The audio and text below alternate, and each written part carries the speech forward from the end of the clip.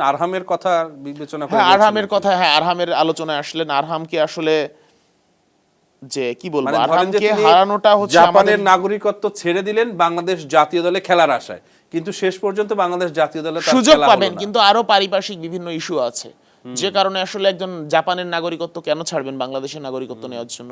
মানে আপনাকে যদি এই অপশন দেওয়া হয়, আপনিও নিশ্চয়ই নিবেন না যে আমি জাপানের নাগরিকত্ব ছেড়ে দেব। আপনার যদি ডুয়াল সিটিজেনশিপের সুযোগ থাকতো তখন ব্যাপার ছিল, তো জাপানে যেহেতু ইন্ডিয়ার মতো একটা দেশের নাগরিকত্ব, যে ঘটনাটা সেটা আসলে একটা নেতিবাচক বার্তা পৌঁছে দিয়েছে প্রবাসী ফুটবলারদের কাছে। হ্যাঁ, আরহামের সঙ্গে একই সঙ্গে ইউসুফও হচ্ছে আন্ডার 16 এর সুযোগ পেয়েছে সুইডেনে। তো ইউসুফও কিন্তু ট্রায়াল দিয়ে গিয়েছিল, তখন তাকে বাছাই করা হয়নি। সেই ছেলে অনূর্ধ্ব 16 দলে সুইডেনে হচ্ছে সুযোগ পেয়েছে।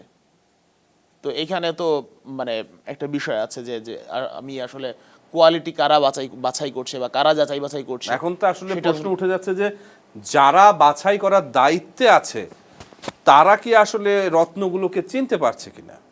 এই যে মানে বলল যে ট্রায়ালের পরে যখন হচ্ছে ইউসুফ অনূর্ধ্ব 16 দলের সুযোগ পেল, তখন বাফুফে থেকে বলা হলো যে আমাদের একটা ছেলেকে পছন্দ হয়েছিল ইউসুফ, সে তো সুইডেনের সুযোগ পেয়ে গেছে।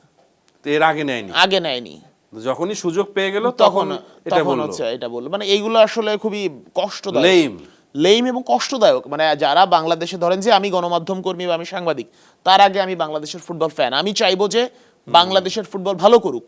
কিন্তু আমি যখন দেখবো যে আমার দেশের ছেলে আরহামকে নিয়ে অস্ট্রেলিয়া খেলাচ্ছে এবং আমরা হা করে তাকিয়ে আছি, আমার উঠানে ছিল, আমার উঠানে ছিল, আমার দেশে এসে ম্যাচও খেলে গেছে আগে অনূর্ধ্ব 17 হয়ে, এবং সেই সময় আবার আরহামকে নিয়ে সিন্ডিকেটও করা হয়েছে।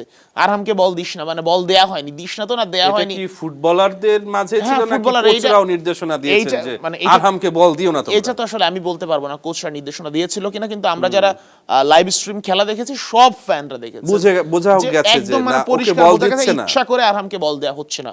এবং সেই আরহাম আজকে অস্ট্রেলিয়া অনূর্ধ্ব 18 দলের হয়ে খেলছে, স্পেনের হয়ে মানে স্পেনের বিপক্ষে খেলেছে, জাপানের বিপক্ষে খেলেছে, যে স্পেন দলের বার্সেলোনার মানে মেইন টিমে অভিষেক হওয়া প্লেয়ারও খেলেছে, সেই তাদের বিপক্ষে খেলেছে আরহাম। মানে আপনি তাহলে এখন স্ট্যান্ডার্ডটা আসলে বোঝাচ্ছেন যে কাদের সাথে খেলছে সে, এমন একজন প্লেয়ার আমাদের হতে পারতো।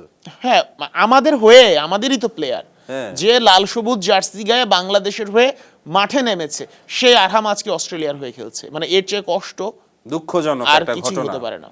হাসিমুতু রিকোতা তিনিও আসলে একই সংখ্যায় রয়েছেন যে তার সাথে এমনটা হতেই পারে। মানে জাতীয় দলে খেলা না তো তাদের প্রপার রেসপেক্ট, প্রপার মানে ট্রিটমেন্ট দিয়ে আনা, আরো বিভিন্ন ইস্যু আছে। তো এই জায়গা থেকে এখন যদি বলা হতো যে মানে যেহেতু ওর মানে রিকুতার ব্যাপারটা একটু টাফ, কারণ সে হচ্ছে জাপানে, আপনার কখনোই হামজা চৌধুরী বা সমিত সম কানাডার ইংল্যান্ডের নাগরিকত্ব ছেড়ে দিয়ে এসে বাংলাদেশে খেলতো না কখনোই। তার ঘটনাটা হচ্ছে ডিফারেন্ট, তার তো নাগরিকত্ব ছাড়তেই হবে। আচ্ছা, এই ব্যাপারটা একটু টাফ।